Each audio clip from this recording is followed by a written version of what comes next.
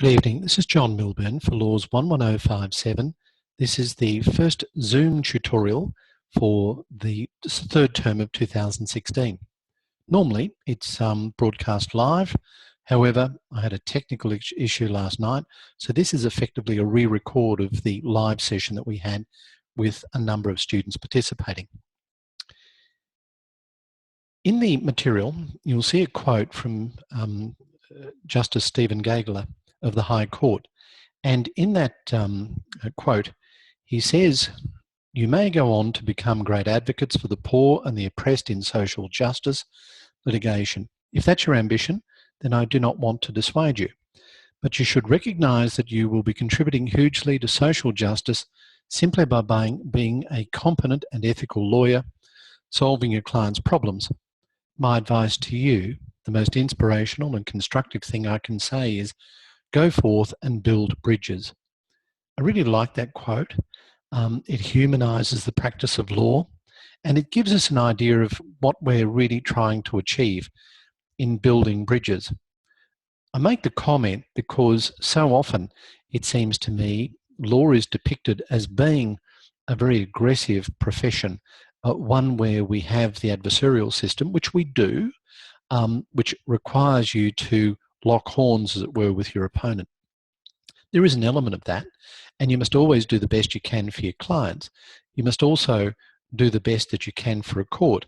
However, keep in mind that a large part of what we're trying to achieve is building bridges. Okay, have a look at the Moodle site. You should be able to navigate your way around that site.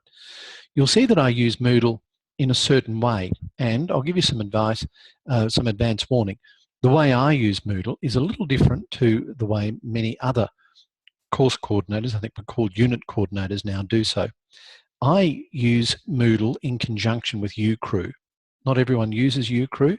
I think it's a terrific platform, and I'll just explain the interaction between Moodle and uCrew. It works like this. Moodle is the place, the repository if you like, where I put all of the basic material. So all the core material is on Moodle. I don't add a lot to Moodle. Once we've established the course, most of what I add, almost all of it, will be in uCrew. I will upload the weekly sessions onto both Moodle and uCrew. I do that so you've got two places to find it. That's the only reason. But I won't provide updates in terms of commentary. From now on, after the fixed material, anything that's added will be through uCrew. Now, the key with uCrew is that it's interactive. My personal philosophy is that this subject, and indeed all the subjects that I take, should be interactive in the sense that this is a joint process of learning. I'm part of it, but it doesn't have to centre around me. So you can take control of the studies individually and as a group and do that in conjunction with me. You don't have to wait for me to add something to uCrew. If you come up with something that you think is useful, it might be a YouTube clip, might be a case, a journal, it might be anything. Add that onto uCrew. Also, uCrew is a great place and really the place to ask questions. Part of the reason for that is you can ask me a question, you can send me an email and I can provide a response. But I'll almost guarantee that when I provide the response, I will invite you, which really means ask you, tell you, to ask that question again on uCrew. There's a few reasons for that. The first is it saves, of course, me having to respond to the same question for a number of students. But really importantly, it means that whatever I'm saying is used for the benefit of everyone. And it's very easy in an online course to have a situation where it feels as though I'm excluding some people, and I don't want to do that. So asking the question on uCrew is a great way to go, because if you have that question in mind, odds are other students will have that question as well. So please ask on uCrew. And you might think, oh, I'm a bit embarrassed, it's a bit of a silly question. Really, let's dispel that straight away. It doesn't matter how basic the question is. if you're thinking it, odds are somebody else is thinking it, and they may be very grateful that you asked the question because they were wondering the same thing. So please, let's be brave and ask the questions, provide the comments, and add the commentary in UCrew. Okay, apart from that, with your assessment work, that will be uploaded through Moodle. So on the top left-hand side of the Moodle page, you should see the assessment, and that will be the opportunity for you to upload your assessment from there. If I'm clever enough to do this, I'll try to put that up on another screen as we're talking, and I'll refer back to it. So excuse me as I move to the side for a moment. Okay, while I'm doing that, what you will notice is that the assessment is quite different to the assessment that you may have noticed if you've gone looking for it in previous offerings of this course. I've been taking this course for a number of years, usually in terms 2 and 3. And the format of the questions and the assessment that I use was quite similar each time. This time it's very different. It's based on the work, the excellent work that Associate Professor Scott Beattie has done in revamping this Introduction to Law subject. I will attempt to share the screen in a moment, just moving some icons around, and I'll show you what I mean by that difference.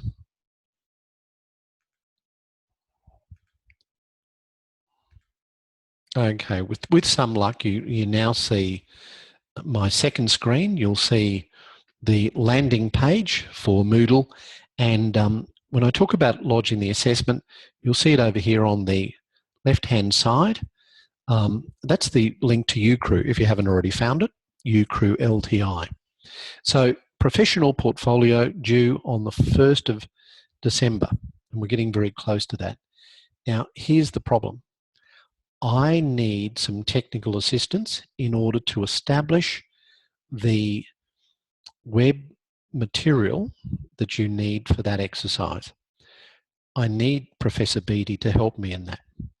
So we're going to find it very tight to finish it, and I don't like giving extensions. So one workaround is anything that you would otherwise want to put in that portfolio for the first assessment, start putting that in a Word document, and then we can move it across quickly once we get the technical side up and running. I hope that makes sense. Now, if you're having problems with it, if you've got questions, comments, ideas, anything at all, guess what? Put that on UCrew and we can all discuss it from there. Then we have the legal problem toolkit, solving problem toolkit, 19th of January, and the briefing paper. Again, one of the differences between Professor Beattie and I is that his background is very different to mine, which is great. You're getting a moulding of different backgrounds. My background, just to give you an idea, is as a practicing lawyer since 1984. In fact, I guess since 1982, because I did 2 years of articles of clerkship. Up to this year, I've practiced as a solicitor. I'm now a barrister. All right, so that's the landing page. I'll stop sharing the screen.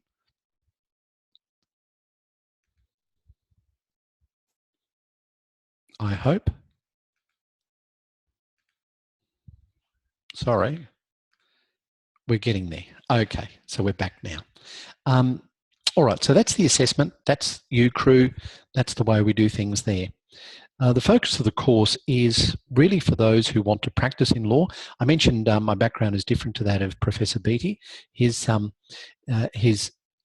the administrative, executive side of things catered for by reference to the briefing paper, which is more an executive type document rather than a document that we'd see in private practice. Okay, so what am I looking for in trying to encourage you to become good, worthwhile lawyers who enjoy their job and are good at it? Well, the first thing we need to do is make sure that you are mentally and physically ready to go. And I'm not joking about this, it's really important. You also need to adopt a certain style to be effective as a lawyer. Now, there's a really great quote in The New Lawyer at page 267. And the quote is this: "Thinking like a lawyer means keeping a cool and clear head and speaking and behaving rationally when others around you may be panicking or overreacting." Think about that, have a look at it, and I would commend that phrase to you to adopt. There will be many times where you feel stressed, you'll feel that it's overwhelming, and you just wonder how you're going to get through this. Keep a cool and clear head. Speak and behave rationally, and even though others might be panicking or overreacting, you're not going to. A great example of that is the problem that we find ourselves in collectively now in trying to meet the deadline of the 1st of December in circumstances where we don't have everything ready to go. But we can get there. We'll keep cool and clear head and we won't panic. All right, the other thing I want you to think about is how you're going to achieve the goals that you want to achieve in your studies and in practice. And I know some of you are saying, I'm not going to practice as a lawyer. Why do you keep saying that? Don't worry. This is Introduction to Law, and it's designed to provide you with the tools to either practice or at least know what practitioners do. So I will keep talking about life in practice as if you were a first-year lawyer. Okay, so what do we need to do to provide you with the right mindset and procedure to get through this subject, to get through the course, and then ultimately to practice? I commend this to you. Think in reverse. Think about what you want to achieve. Think about the steps that you need to achieve to get there, and then work backwards, probably setting up a time frame. And sometimes the time frame's really quick. Look, I'll give you an example of this. This happened to me at an early stage of my career. Okay, we'll just assume that we don't have the technologies that we do now, but my wife sends me a text. She's not well. She says, "Bring home takeaway." I get that at a time where I'm really busy, like flat out busy. Let's assume that I do arrive home and I've got no takeaway, takeaway dinner. How's she going to feel? Not great. How am I going to feel? Much worse, because I've let her down. And what you'll feel is, it's not fair. I've been really busy today. I just forgot. But you let her down, you let yourself down, and it makes you feel miserable. So we don't want that. What we want to do is stay on top of our studies. We want to stay on top of our practice, and we want to put in little safeguards to ensure that we don't feel bad because we've missed something, or we've overlooked something, or we've let somebody down. So what's a really easy way? Well, what I do is I put my car keys in the fridge. Put them in the fridge. It was a little easier when they weren't all electronic gizmos, so I modify that now, put them on the fridge. But actually literally put them in the fridge. And I can tell you at least a dozen times I went to leave the office, couldn't find my car keys. Where are they? Oh, they're in the fridge. Why are they in the fridge? Oh, that's right, I've got to get takeaway. So it created that little safety gap so that I felt good. I walked in, I've got the takeaway. I've never missed out on bringing the takeaway home when I promised to do it. It makes you feel like you're in control, you're on top of things, and it makes you feel better about yourself. You've also perhaps got to work out a few little subsystems. For example, what I used to do was this. If I was at my desk, I was right in the middle of things, I would create a little situation where I'd at least have time to grab the key and throw them on the floor. Then I'd say, what's the key doing on the floor? That's right, takeaway. I'll go and put them in the fridge now. Okay, so just work on those sorts of things. And I know you might think that's really silly, but just think about that scenario. If you didn't take the takeaway home, you're really feeling bad. You go to work the next day, you're still feeling a bit down. Let's say you go to court the next day and you forget to take something with you that needs to be filed by leave in front of the magistrate or the judge. You don't have it. You've done a great job. It's sitting on the desk, but now all of the positive energy is drained out of you, you're standing in front of a judge and you're saying, Your Honour, I don't have it, I'm sorry. It makes them feel bad, it makes you feel bad. And suddenly that night, because you've forgotten the takeaway and you forgot the affidavit, that night you're starting to think, I'm not cut out to be a lawyer. I can't cope with this. It's too much. And you think, man, it was so easy. All you needed to do was set up a few little systems. So the system I have for ensuring that I have with me everything I need at court is, it's a bit different now that I'm a barrister, but when I was a solicitor, I would have a certain spot in my office where I'd put my files, I'd put my material, and that way it was just automatic. When I went to court, I would grab that material. I wouldn't go looking for it at the last minute. You can't count on that. Odds are you're going to be really busy, really under pressure. So you've got to build in these safeguards. Anyway, why am I saying this to you? You're thinking, why is he saying this at the start? Well, the idea is that I want you to build in some really good habits. Why do I want you to build in habits? Because if you don't, you will suffer. And I want you to think about what I'm telling you now. If it ever happens to you and you think, I should have listened to him, should have built some safeguards in. Look, the reality is that practicing in law can be pretty tough, and indeed studying law can be pretty tough as well. If you look at page 346 of The New Lawyer, the authors deal with self-management skills. And we're going to talk about resilience and self-management in about week 10.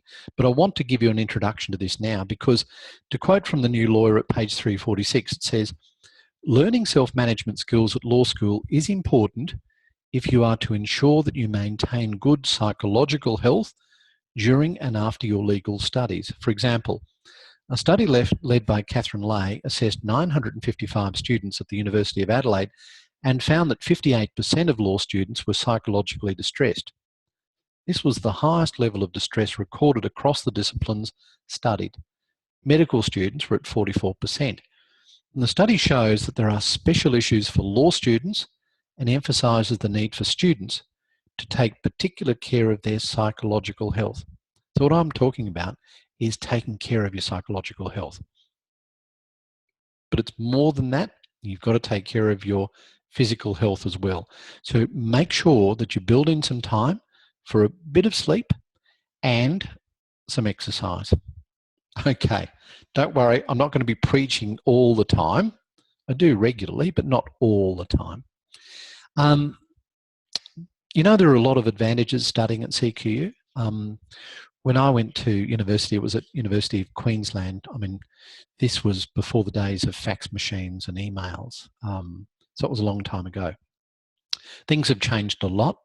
One of the things is, of course, that we have now the advantage of online materials.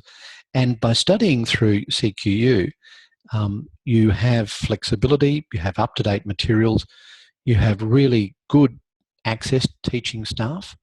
In my day, you had to book in to see a tutor, and I probably saw 3 or 4 tutors in the whole degree outside of tutorials or lectures. But so you have good access to teaching staff, and we have access to guest speakers. Like, for example, I get judges and QCs and industry experts in the various subjects that I teach.